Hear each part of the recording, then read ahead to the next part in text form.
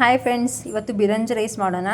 ಬಿರಂಜಿ rice ಮಾಡೋಕ್ಕೆ first ಒಂದು ಸ್ವಲ್ಪ ಏಲಕ್ಕಿ, ಲವಂಗ, ಚಕ್ಕೆ, ಮೊಗ್ಗು, ಇದು ಕೊತ್ತಂಬರಿ ಕಾಳನ್ನ ಸ್ವಲ್ಪ ಸಣ್ಣ ಉರಿಲೇ ಹುರ್ಕೋಬೇಕು. ಸ್ವಲ್ಪ ಜೀರಿಗೆನೂ ಹಾಕಬೇಕು. ಆಮೇಲೆ ಇದನ್ನ ಪೌಡ್ರ್ ಮಾಡ್ಕೋಬೇಕು. ನಾನು ಆಲ್ರೆಡಿ ಹುರಿದಿಟ್ಕೊಂಡಿದ್ದೀನಿ, ಇದನ್ನ ಪೌಡ್ರ್ ಮಾಡ್ತೀನಿ. ಇವಾಗ ಪೌಡ್ರು ಮಾಡಿಕೊಂಡೆ. ಇವಾಗ ಫಸ್ಟ್ ಒಂದು ಕುಕ್ಕರಲ್ಲಿ ಒಂದು ಸ್ವಲ್ಪ ಬೆಣ್ಣೆ,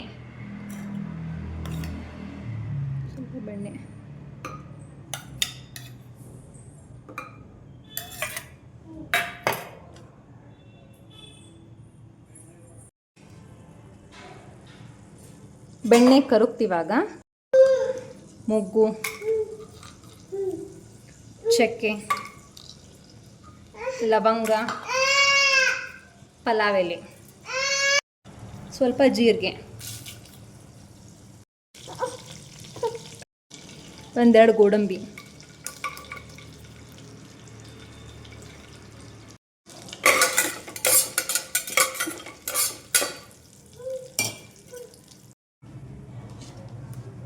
ಆಮೇಲೆ ಒಂದು ಸ್ವಲ್ಪ ಈರುಳ್ಳಿ,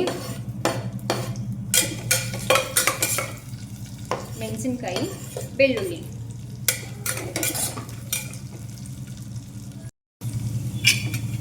ಇದೊಂದು ಸ್ವಲ್ಪ ಬ್ರೌನ್ ಆಗಬೇಕು.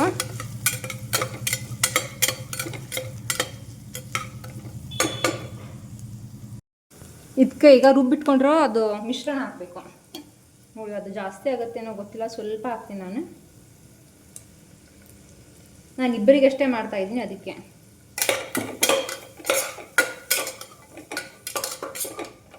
ಇನ್ನೊಂದು ಸ್ವಲ್ಪ ಹಾಕ್ತೀನಿ.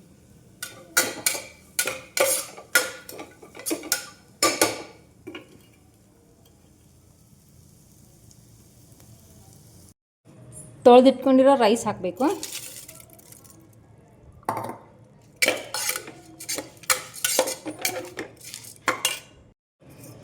ಸಾಕಾಗುವಷ್ಟು ನೀರು.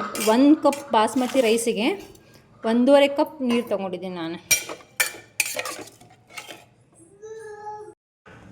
ರುಚಿಗೆ ತಕ್ಕಷ್ಟು ಉಪ್ಪು ಹಾಕಿ 2 ವಿಷಲ್ ಕೂಗಿಸ್ತೀನಿ. ಒಂದು ಸ್ವಲ್ಪ ಕೊತ್ತಂಬರಿ ಹಾಕ್ತೀನಿ.